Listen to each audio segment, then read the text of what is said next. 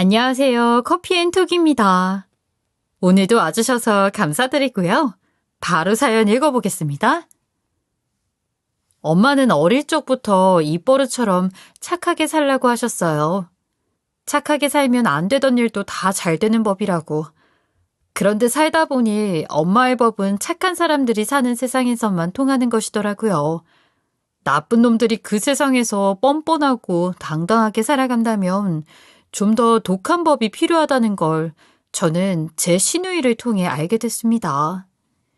안녕하세요. 저는 30대 중반에 들어선 여자입니다. 얼마 전에 참 시끄러운 이혼을 했는데요. 그래서 결혼 5년 만에 이혼한 제 사연을 지금부터 이야기해 볼까 합니다. 하지만 결코 슬픈 이야기는 아니랍니다. 지금 저는 너무나 행복한 돌싱이거든요. 어제 제사는 잘 지냈어? 엄마랑 둘이 준비하려니 힘들었겠다. 근데 말이야, 자재과 김대리 알지? 그 승맥이 웬일로 어제 동호회에 나왔더라? 처음 가입하고 한 번 나오고 그 뒤로 그렇게 나오라고 해도 안 나오더니 무슨 바람이 불었는지 몰라. 참, 김대리가 어제 너 찾던데? 혹시 너한테 관심 있어서 동호회 나온 거 아니야? 남편과 저는 같은 직장을 다녔어요. 자전거 타는 라이딩 사내 동호회에서 활동하면서 급격하게 가까워졌죠. 그저 말없고 답답한 남자로만 생각했었는데 함께 한강에서 자전거를 타면서 시간을 보내다 보니 생각보다 다정하고 가정적인 사람이더라고요. 부모님이 일찍 돌아가시고 여동생하고 둘이 살고 있어서 어딘지 과묵한 아버지 같기도 하고 속 깊은 오빠 같기도 했어요. 저는 오빠도 없고 아빠도 어릴 적에 돌아가시고 없어서 잘 이해가 가지 않았지만 이런 오빠나 아빠가 있으면 정말 든든하겠다고 생각했죠. 고등학교 때 엄마가 돌아가셨는데 졸업하자마자 아버지까지 돌아가시니까 상실감이 너무 컸어요.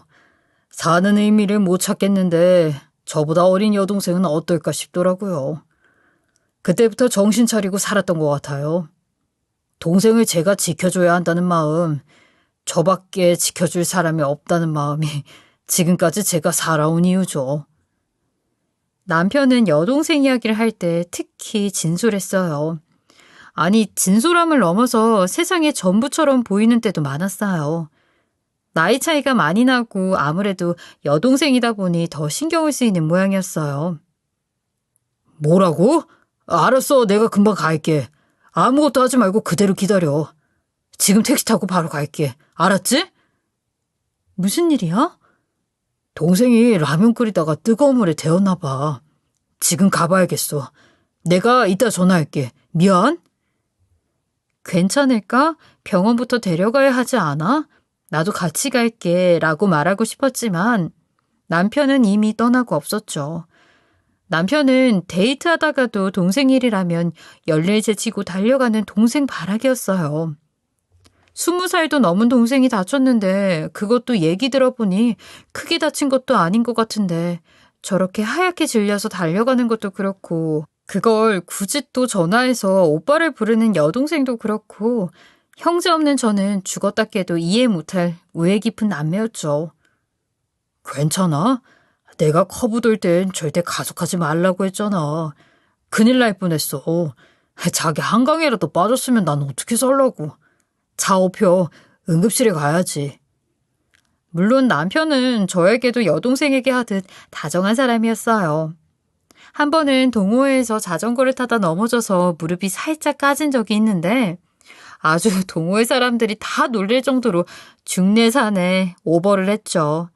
결국 응급실에 가야 한다며 저를 업고 난리를 치는 통에 사내에서 오글주의 커플이라는 별명이 생기고 말았어요. 겉으로는 창피했지만 속으로 저는 그런 남편이 참 좋았어요. 이렇게 누군가에게 헌신적인 보살핌을 받는다는 게 저에겐 너무나 새롭고 행복한 것이었거든요. 그렇게 평생 보살핌을 받고 싶어서 저는 연애한 지 3달 만에 결혼을 결심했어요. 언니, 그거 알아요? 우리 오빠보다 내가 언니 먼저 찍은 거? 오빠한테 언니 얘기 듣고 내가 무조건 잡으라고 했거든요. 이 여자다. 이 여자가 내 올케다 이랬더니 이렇게 언니가 딱 내 올케가 됐잖아요. 난 마음 먹으면 다 돼요. 오빠가 내 말이라면 꼼짝 못하니까. 신우와는 결혼 전에 딱 한 번 상견례 자리에서 만난 게 다였어요.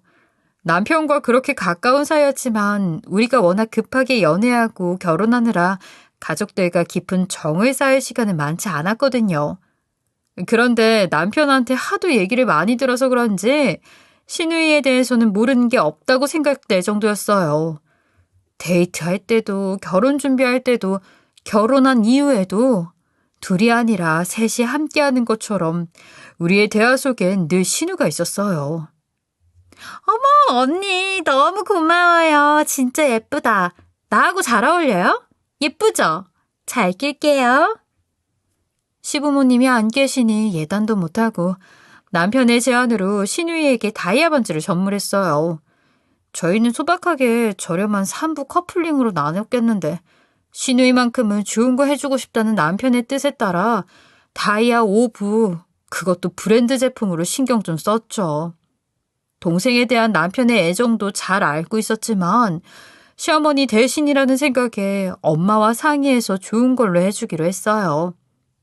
그렇게 저는 남편을 사랑하는 만큼 남편이 끔찍하게 아끼는 동생도 많이 생각했는데 결혼 후 시부모님의 제사가 있어 저희 집에서 신우가 자고 간 적이 있는데 그날 밤 평생 모르고 살았으면 좋았을 얘기를 듣고 만 것이었어요. 그것 봐, 내 말이 맞지? 완전 바보잖아. 재미도 없고 융통성도 없고. 오빠한테 아주 딱이라니까. 오빠 자전거 동호회 모임에서 처음 봤을 때 내가 먼저 이 여자다 싶어서 점 찍은 거잖아. 오빠 같은 쑥맥은 저렇게 좀 모자란 여자 만나야 돼. 그때 내가 한강 가서 몰래 지켜보고 2달 동안 미행해서 사생을 안 깨봤으면 지금 오빠는 어떤 여우한테 걸렸을지 모른다니까. 아니, 어쩌면 지금까지 모태솔로 노총각으로 늙고 있었을 수도 있어. 나 잘했지? 오빤 내가 하자는 대로만 하면 자다가도 떡이 떨어지니까 그렇게 알고 있어. 피곤해서 먼저 잠든 저는 밤 늦도록 이어진 남매의 대화 때문에 잠이 깼고 거실에서 들려오는 소리를 방 안에서 엿듣게 되었어요. 그랬더니 제 얘기를 하고 있더라고요. 그것도 어마무시한 이야기를요. 신우가 저를 먼저 점찍다니. 이거 대체 무슨 소리일까요? 자전거 동호회 모임을 신우가 몰래 지켜봤더니 2달 동안 저를 미행했다니. 정말 이게 다 무슨 이야기일까요? 두 사람의 대화를 더 들어보니 답이 나오더군요. 신우는 남의 시선도 있고 자기도 결혼해야 하는데 시댁 보기에도 그러니 오빠가 결혼했으면 했는데 주변 머리 없는 오빠가 연애를 제대로 할 리 없고 결혼을 해서도 오빠가 자기 말만 듣게 하기 위해서 어수룩한 여자를 골라 결혼을 시키는 깜찍한 계획을 세운 것이었어요. 끔찍한 건 우리가 처음 만난 동호회, 각종 데이트 장소들, 남편이 결혼 전에 줬던 향수와 주얼리, 그리고 밤마다 보냈던 달달한 메시지까지 모두 신우의 작품이었다는 것이죠. 그리고 제가 거의 넘어오자 2달간 직접 제 뒤를 밟으면서 구린내 나는 구석이 없는지 일거수일투족을 확인했던 거였어요. 정말 충격적인 이야기가 아닐 수 없었죠. 오빤 나 아니었음 결혼 절대 못했어.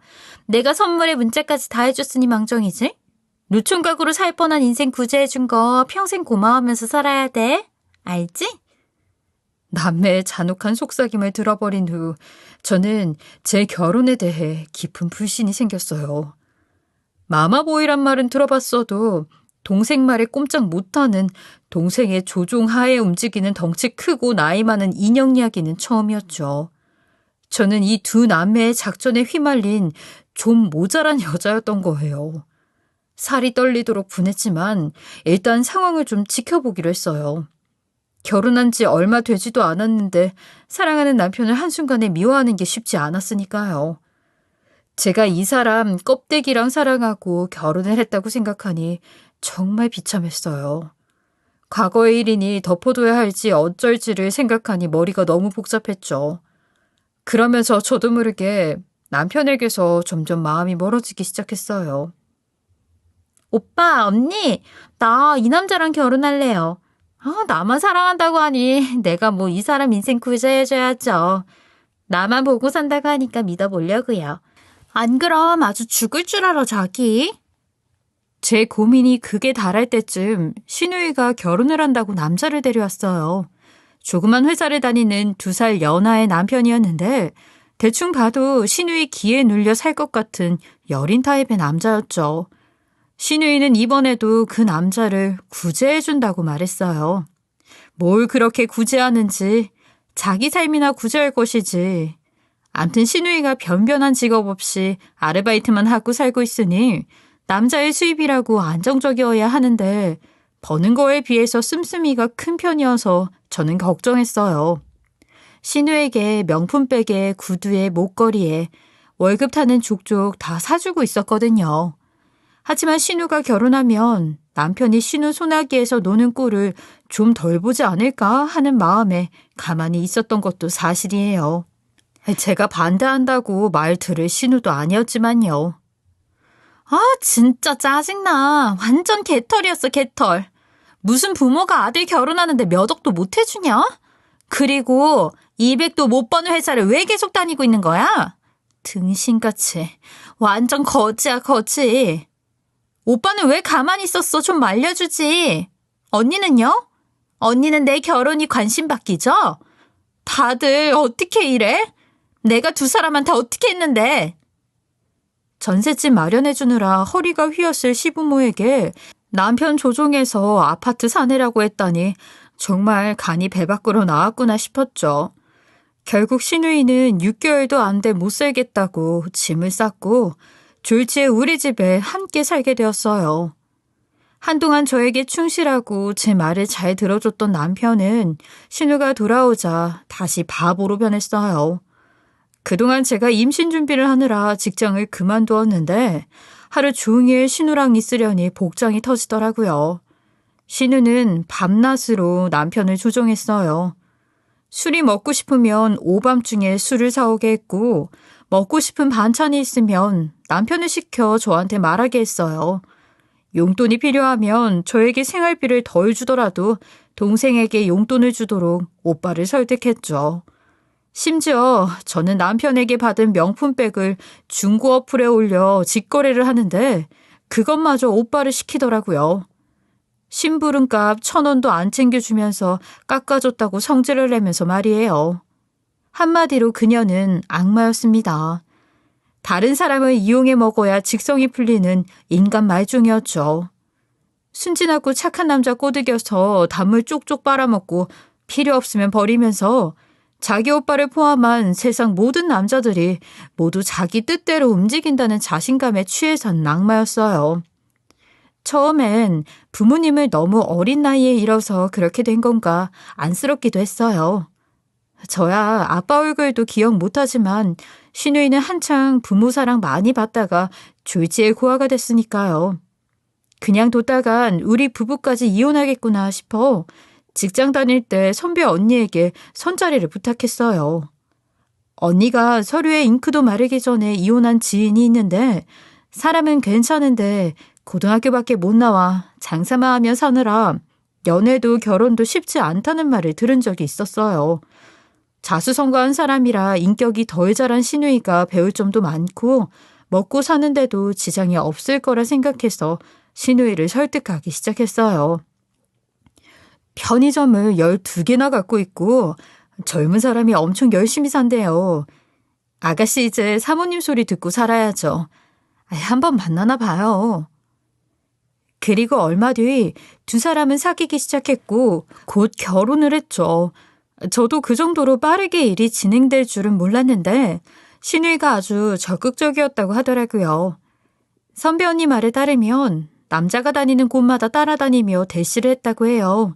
한 번도 여자한테서 그런 관심과 열정을 느껴본 적이 없던 그 남자는 신우이에게 점점 끌렸고 이미 아파트도 한 채 갖고 있어 바로 들어가 살면 되니까 초고속으로 결혼을 하게 된 것이었어요. 덕분에 저도 신우이에게 초고속으로 해방될 수 있었고요. 언니 그렇게 안 봤는데 사람 보는 눈이 있네. 오빠한테 언니하고 결혼하라고 팍팍 밀어준 것도 나였으니까 쌤쌤이네요. 우리 퉁치고 앞으로 더 잘해봐요. 신우이는 중매를 서주어 고맙다는 말 대신 이런 말을 하더군요. 하지만 상관없었어요. 저에게는 저 싹퉁바가지한테서 벗어나는 게 더 중요했으니까요. 형님, 아주머니 많이 드세요. 제가 워낙 정신없이 살다 보니까 한번 모신다 하고 이제야 모시게 되네요. 아무튼 저희 잘 살고 있으니까 걱정 마시고요. 앞으로 이렇게 자주 만나 식사하며 가족끼리 끈끈하게 지냈으면 좋겠어요. 제가 잘하겠습니다. 잘 부탁드립니다. 지난번 남자와 달리 신우이의 두 번째 남편은 성격도 호탕하고 여자한테 휘둘릴 타입은 아니었어요. 오히려 사회생활 만렙에 경제력도 좋아서 신우에게는 넘치는 상대였죠. 신우이도 오빠의 전 남편에 늘 우유부단하고 꼭두각시 같은 남자들만 보다가 심해부의 카리스마에 끌렸는지 한동안 푹 빠져 살더라고요. 은근히 둘이 궁합도 잘 맞고 이번에는 잘 살겠다 싶었어요. 자, 아주머니께 제가 한 잔 올릴게요. 이 사람 소개해 주셨잖아요. 저 이 은혜 평생 안 있습니다. 일단 오늘은 잿을 받으시고 다음에는 또 어떤 걸 드려야 하나 고민해 볼게요. 제가 연결고리가 돼서인지 심해부는 유독 저한테 잘했어요. 그래서 두 사람이 이혼한 후에도 저하고는 가끔씩 연락하고 명절마다 집에 선물 세트도 보내오곤 했죠. 이혼이라니 무슨 소리냐고요? 놀랍게도 신우이는 1년이 채 못 가 두 번째 이혼을 하고 말았어요. 이렇게 사람 좋은 심해부를 어느 날부터 의심하기 시작하더라고요. 결국 제 발을 찍더라고요. 워낙 사람들한테 잘하고 친화력이 좋은 사람인데 못 잡아먹어 안달이다가 결국 동창회에서 술에 취한 여자 동창을 집에 바래다 줬다는 이유로 집을 나와 이혼을 하고 말았어요. 위자료로 살던 집까지 내놓으라고 난리였지만 결국 법적으로나 상식적으로나 말도 안 되는 이야기였고 심해부가 특별히 신경 써서 조그마한 빌라 전셋집을 마련해줬어요. 땡전 한 푼 없이 결혼해서 1년만 살다 그만둬 놓고 그 정도는 남는 장사였죠. 오빠, 지금 와줄 수 있어? 나 너무 잠이 안 와. 잠을 못 자니까 별별 생각이 다 드네. 이러면 안 되는데. 아무래도 이렇게 있다가는 나 사고 칠지도 몰라서. 오빠가 와주면 안 될까? 30 초반에 2번이나 이혼을 하게 된 신우는 오빠의 걱정거리로 돌아왔고 잠이 안 온다, 집에 누가 들어왔던 것 같다 등 억지를 부려가며 시도 때도 없이 남편을 불러댔죠. 하도 콜 서비스처럼 이용해서 마치 네 남편은 내 말 한마디면 움직인다 라고 제게 알려주는 것처럼 느껴졌어요. 한 번은 동도 트지 않은 새벽에 전화벨 소리가 울려서 당연히 신우일 거라 생각했는데 받아보니 고향집에 혼자 계셨던 엄마가 위독하다고 병원 응급실에서 걸려온 전화였어요. 저는 너무 놀라서 눈물투성인 채로 짐을 싸서 새벽 첫 차로 내려갔어요. 자기야, 괜찮겠어? 나도 같이 갈까? 가서 꼭 전화해. 무슨 일 있으면 내가 바로 갈게.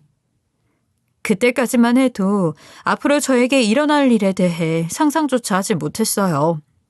저렇게 저를 안쓰러워하는 남편이 배신을 하게 될 줄은 꿈에도 몰랐죠. 병원에 가보니 엄마는 지병이었던 폐렴이 갑자기 악화되어 사경을 헤매고 계셨어요. 그동안 결혼하고 남편 신우이 신경 쓰느라 엄마를 제대로 돌보지 못한 탓에 이렇게 병이 깊어졌다는 것도 알지 못했죠. 죄책감과 안타까움에 저는 아픈 엄마 앞에서 울다 실신하고 말았고 병원에서 남편에게 전화해 보호자가 쓰러졌으니 누가 대신 와달라고 말했대요. 그런데 남편이 사정이 있어 오지 못한다고 했다고 나중에 간호사가 알려줬죠. 부인이 쓰러지셨다니까 남편분이 엄청 놀라시더라고요. 그러다가 갑자기 여동생이란 분이 전화를 받더니 지금 집에 사정이 생겨서 못 내려간다는 거예요. 다른 사람한테 연락을 해보라는데 환자분이 보호자로 따님하고 사위분 이름만 적으셔서 제가 누구한테 연락을 하겠어요. 안 그래도 정신이 없는데 간호사한테 얘기를 들으니 머리가 너무 어지러웠어요. 겨우 정신을 차리고 남편에게 전화를 했죠. 제가 상태가 안 좋으니 휴가를 내고 내려와 달라고 부탁할 참이었어요. 그런데 남편의 전화를 신우이가 대신 받더군요. 어머, 아가씨, 오빠 출근 안 했어요? 이 시간에 왜 아가씨가 전화를 받아요? 언니, 지금 오빠가 출근이나 제대로 할 상황이에요? 병원에서 환자 돌보라고 전화해서 잠 못 자게 하질 않나. 빨아놓은 와이셔츠도 없고 양말도 없고 먹고 갈 반찬도 없는데 출근이 되겠어요? 내가 겨우 해결해서 보냈어요. 하루 종일 병원에서 전화 올까봐 내가 전화 두고 가려고 그랬고요. 언니가 거기 계속 그러고 있으면 되지. 오빠는 또 왜 불러요? 사람은 돈을 벌어야 할 거 아니에요. 그래야 먹고 살지. 언니 엄마 원래 안 좋으셨잖아요. 그거 다 알고도 결혼한 건데 이제 와서 병간호까지 하란요? 오빠 출근은 시키고 갔어야죠. 그리고 얼른 와서 케어했었어야죠. 우리 오빠도 힘들면 회사 때려치우라고 할까요? 뭐가 이렇게 불공평해요? 언니, 진짜 너무한 거 아니에요? 시부모도 안 모시고 살면서 장모님 수발 들라니. 뭐가 그렇게 대단한 처가라고 그렇게 해요? 대체 얼마나 더 편하게 살려고 그래요? 맥락 없는 신우이의 헛소리에 저는 완전히 어이를 상실하고 말았어요. 대체 이게 무슨 소리인지, 어떤 상식을 가진 사람이 이런 말을 할 수 있는지 기가 막혔죠. 문제는 그게 끝이 아니었다는 거예요. 이어지는 신우이의 만행은 그야말로 가관이었죠. 아가씨, 도대체 무슨 소리를 하는 거예요? 엄마가 위독하시다고요. 거기서 공평 어쩌고 그런 말이 대체 왜 나와요, 지금? 늙은 사람이 아픈 게 당연하지. 젊은 사람 밥벌이까지 망치는 게 그럼 맞는 거예요? 아, 됐고. 오늘부터 내가 이 집 와서 살림하고 오빠 챙길 거예요. 덕분에 알바도 관둬야 하니까 내가 받던 알바 시급으로 일한값 정리해서 보낼게요. 매일매일 정산 부탁해요. 친정일로 남편 내팽개치고 방치한 값 톡톡히 치르게 할 테니까 두고 봐요. 아, 그리고 오빠한테 할 말 있으면 저 거쳐서 하세요. 어차피 이 전화로 백날 전화해봐야 내가 받을 거예요. 끊어요. 엄마가 쓰러지신 것보다 더하다면 더할 충격으로 아찔했어요. 꿈이라고 믿고 싶은 이 모든 게 현실이라는 것이 처참하게 느껴졌어요. 결국 남편은 신우 눈치를 보느라 미안한데 여기 상황이 그래서 못 가겠네. 출근은 해야 하니까 나중에 올라오면 얘기하자. 라는 문자 한 통만 보내고 연락을 끊었어요. 생각한 것 이상으로 미친 남매였죠. 진짜 그걸 알면서도 이혼하지 못하고 5년이란 시간을 끈 제 자신을 원망했어요. 엄마, 이렇게 가시는 게 어딨어. 내가 미안해요. 하나밖에 없는 딸이 시집가서 제 살 길 찾느라 엄마도 내팽개치고. 엄마. 저의 한 맺힌 눈물이 너무나 뜨거웠는지 며칠 동안 제대로 의식 한번 돌아오지 못하셨던 엄마가 갑자기 눈을 뜨고 저를 보며 말씀을 하기 시작하셨어요. 엄마 돈 있어. 안 모아놓은 돈 있어. 그거 가져. 너 가져. 꼭 챙겨라. 더 넓은 데로 이사 가. 죽음의 문턱에서도 엄마는 겨우 정신을 차려 하나뿐인 딸에게 물려줄 것들을 살뜰하게 챙기셨어요. 그러고는 딸내미의 고맙다는 말을 들을 새도 없이 다시 눈을 감고 세상을 떠나셨죠. 더 넓은 데로 이사가라는 말이 지금 남편과 더 행복하게 잘 살라는 말인 것 같아 가슴이 찢어졌어요. 너무 허망해서 넋을 놓고 있는데 병원에서는 일사천리로 장례 준비를 하더군요. 혼자서 뭘 어떻게 해야 할지 몰라 남편에게 메시지를 남겼는데 답장이 없었어요. 그런데 그때 신우의 두 번째 전 남편인 이전 심해부가 모처럼 전화를 했더라고요. 지방에 일이 있어 다녀오다가 과일을 좀 샀는데 저희 식구들에게 보내주겠다고요. 신우이하고는 연락하기 껄끄러우니 2박스 택배로 보내면 하나는 신우에게 전해주라는 내용이었어요. 그러다가 제가 지금 병원에 있어서 아마 신우가 받게 될 거라는 이야기를 하게 됐고, 병원에 왜 있냐고 계속 묻는 통에 엄마가 돌아가셨다는 말을 해버렸어요. 사실 이제 가족도 아닌데 굳이 알릴 필요가 없었는데 말이죠. 그냥 지나치기가 그랬는지 심해부는 다행히 가까운 데 있다며 한달음에 달려줬어요. 남편이 없어서 놀라기에 어쩔 수 없이 또 신우와 남편 이야기를 해야 했어요. 두 사람 관계를 잘 아는 터라 바로 이해를 하더라고요. 그리고 부탁하지도 않았는데 나서서 남편 대신 장례 처리를 해주었어요. 본의 아니게 많은 폐를 끼쳤죠. 아이고, 걔는 참 언제 처리될까요? 기 안 죽으려고 매일 SNS에 명품 올리면서 엄청 화려한 척 하더라고요. 그거 제일 싫어하던 건데, 아직도 명품백 중고로 사고팔고 그 짓 하나요? 요즘은 그것도 질렸는지 어디 집을 보러 다닌다고 올리더라고요. 전세 빼봐야 그런 집 얻기 어려울 텐데, 대체 알바 전전하는 애가 무슨 돈이 있어 그러고 다니는지 참. 아주머니도 잘 아시겠지만 걔가 참 여우잖아요. 아니죠. 여우 달을 쓴 곰이잖아요. 그러니까 조심하세요. 잔꾀 부리는데 미련하기까지 한 사람한테는 당할 재간이 없어요. 그렇게 우리의 공통 화근인 신우 이야기를 하면서 저는 잠시 엄마를 잃은 슬픔을 잊을 수 있었어요. 하지만 곧 친척들이 하나둘 찾아오면서 심해부는 메시지만 남기고 소리 없이 떠나셨어요. 그렇게 떠나면서 신우에게 전화를 해서 뭐라고 했는지 드디어 몇 시간 만에 남편과 신우가 장례식장에 얼굴을 비추더라고요. 저는 두 인간이 얄미워 아는 척도 안 했고 손님 마느라 정신이 없어 신경 쓰지도 않았어요. 그 사이 남편은 조의금을 받으며 사위 노릇을 했고 신우는 웬일로 하룻밤을 새가며 마지막 날까지 장례식장을 지키더라고요. 가끔 조의금을 받는 테이블을 얼쩡거리며 남편과 쑥덕거리면서요. 장례를 다 치르고 저는 말없이 남편 차를 타고 집에 돌아와 쓰러져 잠이 들었어요. 엄마를 잃은 슬픔에도 골아 떨어질 수 있다는 게 허망하기만 했죠.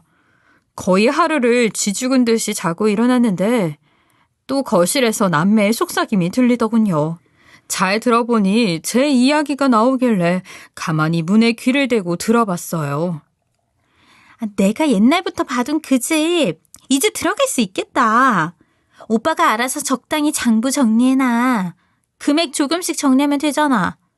어차피 언닌 몰라. 셈이 둔하잖아. 내가 사람 보는 눈은 기가 막히다니까. 이번에도 봐. 조의금이고 뭐고 전혀 신경 안 쓰는 거. 그쪽으로는 아예 젬뱅인 것 같아. 오빠가 그랬잖아. 동호회 총무인데 동호회 사람들이 너무 순진하다고 못 믿어했다며. 사람 안 변해.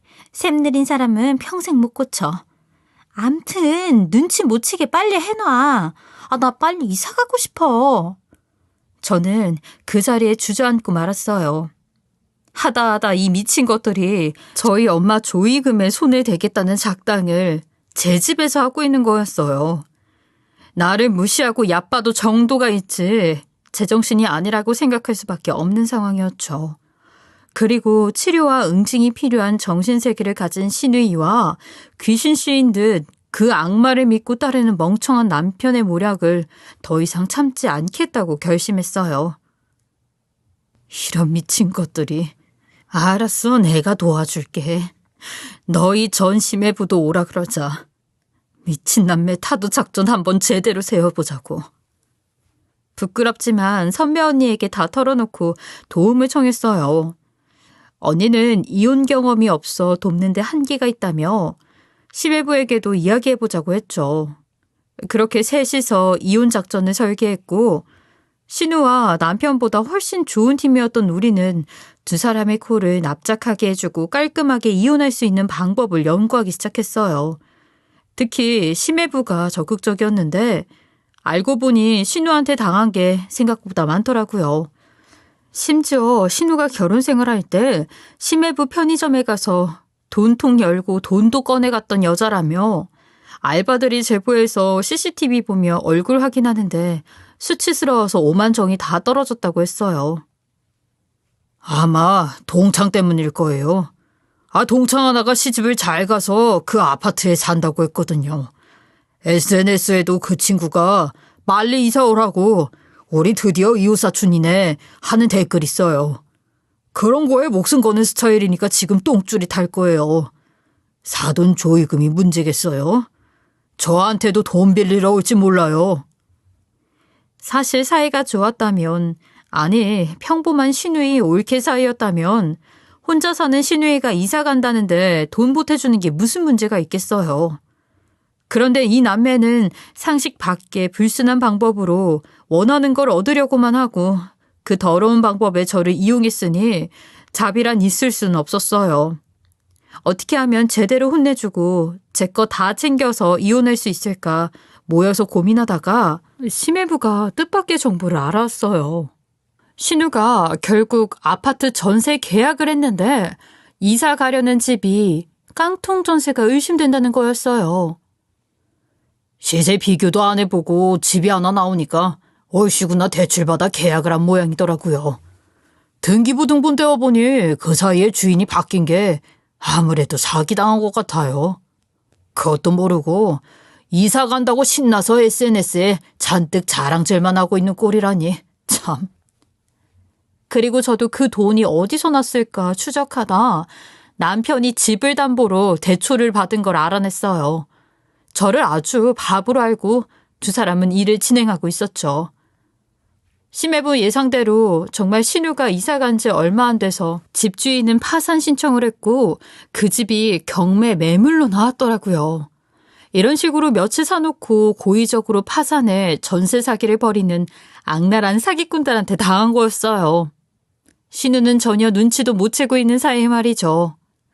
그것만으로도 제게 제가 넘어가 발등 찍힌 격이라 고소했지만 더 기가 막힌 아이디어가 뇌리를 스치고 지나갔어요. 그 집 제가 살까요? 그리고 쫓아내면 되잖아요. 사실 엄마가 돌아가시면서 남겨주신 돈이 좀 있어요. 그 돈이면 무리 없이 경매 낙찰받을 수 있을 것 같아요. 충분히 가능한 일일 것 같았어요. 무엇보다 샘 느리다고 저를 만만하게 본 남매의 코를 납작하게 해주고 싶었어요. 너희들 머리 꼭대기 위에 내가 있다. 함부로 무시하지 말라고 하고 싶었죠. 그렇게 제 계획은 순조롭게 진행됐고 드디어 저는 그 집을 낙찰받아 주인이 되었어요.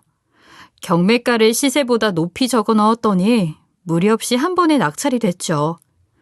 그것도 모른 채 신우는 SNS에 집 자랑하느라 정신이 없었어요. 언제 놀래줄까 고심하고 있는데 신우가 집들이를 한다며 오빠와 저 그리고 오지랖 넓게 심해부까지 초대를 했더라고요. 그날이 바로 D-Day였어요. 드디어 집들이 날 저는 퇴근 후 남편더러 바로 신우 집에 가라고 하고 본격적인 이사를 준비했어요. 옷가지며 결혼할 때 해온 혼수 가전, 폐물 등을 꼼꼼히 챙겨서 차에 싣고 남편 집을 떠나 진짜 제 집에 가기 위해서였죠. 신우가 자기 집인 줄 알고 신나 있을 그 집. 하지만 제가 주인인 바로 그 집으로 말이에요. 아파트에 도착하고 엘리베이터를 타고 9층까지 가는 그 짧은 시간에 남편을 처음 만난 날부터 지금까지 살아온 날들이 주마등처럼 지나갔어요. 좋은 순간도 있었지만 모두 거짓이었기에 물거품처럼 기억 저편으로 날려버리기로 했어요. 마치 꿈을 꾼 것처럼요. 왜 이제 왔어? 빨리빨리 와서 좀 돕지, 참. 신우 집에 도착하니 신나게 음악을 들으며 두 사람은 음식을 준비하고 있더라고요. 늦게 왔다고 남편은 타박까지 했어요. 어이없었지만 다음에 펼쳐질 기가 막힌 장면을 위해 꾹 참았어요. 몇 분 뒤 이삿짐 센터 직원들이 신우 집 안으로 제 짐을 들고 들어왔어요. 그 모습을 본 남편과 신우는 놀랄 수밖에 없었죠. 사모님, 이 짐들 어디에다 둘까요? 짐? 무슨 짐? 아저씨들 뭐예요? 당황한 이삿짐 센터 아저씨들이 멈칫하며 일제히 저를 바라봤어요. 이건 안방에 들여놔주세요. 그리고 이건 부엌이요. 남편과 신우는 저를 미친 사람 보듯 하더라고요. 언니, 미쳤어요? 남의 집에서 지금 뭐 하는 거예요? 남의 집? 여기 내 집인데? 뭐요? 당신 미쳤어? 대체 뭔 소리야? 저는 가방에서 서류를 꺼내 거실 한복판에 던졌어요. 미친 건 너희들 아냐? 이 집 내 집이라니까? 못 믿겠으면 서류 확인해봐. 봐도 알아들을지 모르겠지만. 신우와 남편은 바닥에 있는 서류를 주워서 확인했고 점점 얼굴이 파랗게 변하더군요. 그 모습을 보더니 아저씨들도 상황 접수했고 게임 끝났다는 표정으로 하던 일을 계속하셨어요. 참 어이가 없어서. 네 인생이 빈 깡통이더니 집도 그런 걸 샀더라? 서류 봤으면 알겠지만 이제 내가 이 집 주인이야. 똑똑한 척 굴더니. 너희들 전세 사기 당한 거라고. 너희들이 계약한 집주인 벌써 파산한 지 오래야. 경매 넘어간 거 내가 내 이름으로 산 거고. 아파트 좋네. 나는 안 보고 샀는데도 이런 좋은 아파트 갖게 됐는데. 너희는 그렇게 보고 또 보고 새 얻었는데도 결국 사기당하고 보증금씩 싹 날렸네. 아까워서 어떡해? 뭔가 상황이 심각해졌다는 걸 깨달은 신우이와 남편은 부동산과 전 주인에게 전화를 걸었고 그들이 계약한 사람도 부동산도 이미 다 사라진 상태라는 걸 확인하고 주저앉고 말았어요. 장모님 조의금에 손대고 집 담보로 대출까지 받은 전세금이 한순간에 서류 저편으로 사라진 걸 알자 남편은 정신이 나간 것 같더라고요. 미안한데 당장 짐 빼줄래요? 나 이제 오빠하고 이혼하고 여기서 살 거라서. 이사비 정도는 내가 대줄 수 있어요. 그런데도 안 나가면 나 정말 강제 집행 진행할 수밖에 없는데. 어때요? 이사비 받고 순순히 나갈래요? 아니면 강제로 질질 끌려 나갈래요? 남편이 당황해서 입만 벌리고 있는 사이 심해부에게 상황 설명을 들은 신우이는 당장 무릎부터 꿇더군요. 집 구할 때까지 몇 개월만 살게 해달라고요. 저는 신경 끄고 집 구경하느라 정신이 없었어요. 이제 내 집이니까. 정말 내 집이니까요. 와, 생각보다 집 괜찮다. 그러니까 아가씨가 그렇게 탐낸 거였구나. 집 구하는 게 뭐가 어려워요. 남매끼리 그렇게 죽고 못 사는데 그냥 같이 살아요. 대출 사이좋게 갚으면서. 아참, 그리고 우리 엄마 돌아가신 날 와주신 귀한 손님들 등쳐먹은 돈은 하루빨리 갚아주시겠어요? 소송 들어가면 골치 아파지니까 그건 좀 빨리 해결해줘요. 누구처럼 전 남편 등골, 오빠 등골 파먹고 사는 사람 아니라. 난 돈이 필요해서 말이에요. 부탁해요. 그리고 미리 준비해둔 이혼 서류를 남편에게 건네준 뒤 이혼도 통보했습니다. 충격도 한꺼번에 받아야 배가 되는 법이니까요. 언니, 저 좀 살려주세요. 제가 잘못했어요. 제가 미쳤었나 봐요. 제가 부모님을 일찍 여의고 못 배워서. 부모님 팔아먹지 말고 정신 차려. 우리 엄마 돌아가신다고 해도 온갖 잡소리를 다 하더니만. 집 뺏기니까 서럽니? 내 생각이 맞았어. 너한텐 이게 딱이야. 이게 딱 너한테 맞는 벌이야. 두 사람은 결국 제 짐을 싣고 온 이삿짐 차를 이용해 짐을 뺐고 저는 깔끔하게 합의 이혼했어요. 어차피 경매로 산 아파트 값이 쭉쭉 올라서 아쉬울 게 없었거든요. 이후 선배 언니와 저 그리고 이전 심해부는 재테크도 함께하고 조그만 가게도 내면서 사업 파트너가 되었어요. 다들 자금력 있고 믿을 수 있는 사람들이라 계속해서 서로에게 좋은 에너지를 줄 수 있을 거라 믿고 있어요. 아참, 전 남편과 이전 시누이는 그날 이후 한동안 같이 살았는데 전 남편이 얼마 뒤 회사에서 권고사직을 당하면서 대출금을 갚지 못해 집을 팔고 작은 빌라로 옮겨갔어요. 30년 된 투룸 빌라에 살면서 조그만 커피숍을 열었다던데 쑥맥이랑 악마가 만나 얼마나 맛있는 커피를 만들고 있는지 저도 궁금하네요. 저의 긴 사연 들어주셔서 감사하고요. 여러분 모두 저 같은 일 안 당하고 행복하시길 바랄게요. 지금까지 커피앤톡이었습니다. 오늘도 끝까지 함께 해주셔서 감사하고요. 저는 다음 영상으로 또 찾아뵙겠습니다.